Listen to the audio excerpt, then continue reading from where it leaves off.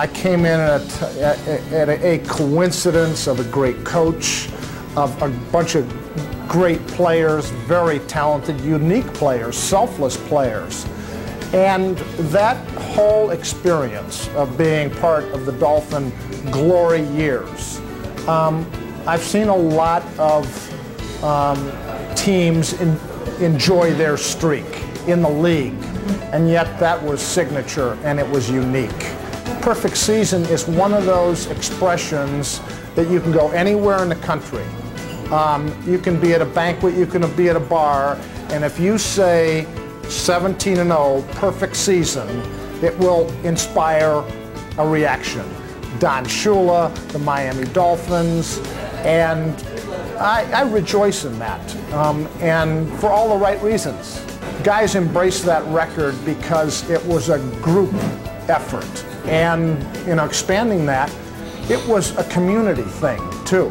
I don't ever remember South Florida and Miami being so welded and glued together as those early days of the 70s, and the Miami Dolphins was the hub and the spoke that held it all together.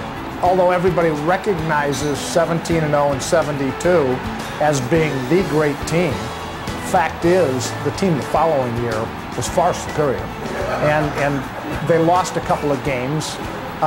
Little case of the walkabouts or lack of focus, but if you look at the playoff games of that year when the games mattered, Dolphins played 3 games and blew out 3 opponents. It was a joke.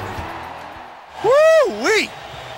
I mean, McKnight roasted Richard Anderson, flambéed him. He went by him as if he were a storefront mannequin, man. Wow. I did have the ability to string some fancy adjectives together, and I wasn't shy.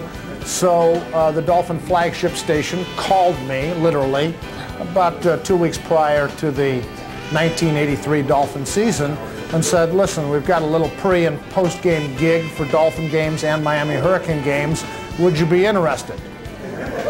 I said, what else? They said, well, it pays $75 a day, both days. I thought, wow, that's, I could use a little extra cash on the weekends.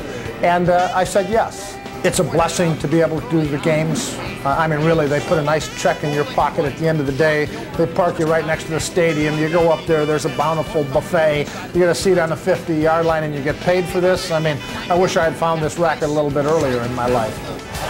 It has been magical. It has been enchanted in the second half for Miami. Handoff, Lamar wrapping up the ball with both arms, and he just gets away from everybody. Look at this! See the pitch to the dodge! And touchdown, Miami! Lamar Smith tears away from tackles. He won this game. The Dolphins have done it. They have won this game. The fans here at Pro Player Stadium are gone berserk. All right, Miami! I wouldn't disguise it. I care. I care about the result, and why wouldn't I? I mean, this team has put food on my table for 30 years. This team, emotionally, I have bought into them, so I care. And when they win, I'm happy, and when they lose, I despair. And to be otherwise would be just transparently wrong. That's, to me, the highest calling in the profession, doing games. I mean, that is fun, and it is pure, and you're describing the action in front of you, and other elements of broadcasting don't give me that boost.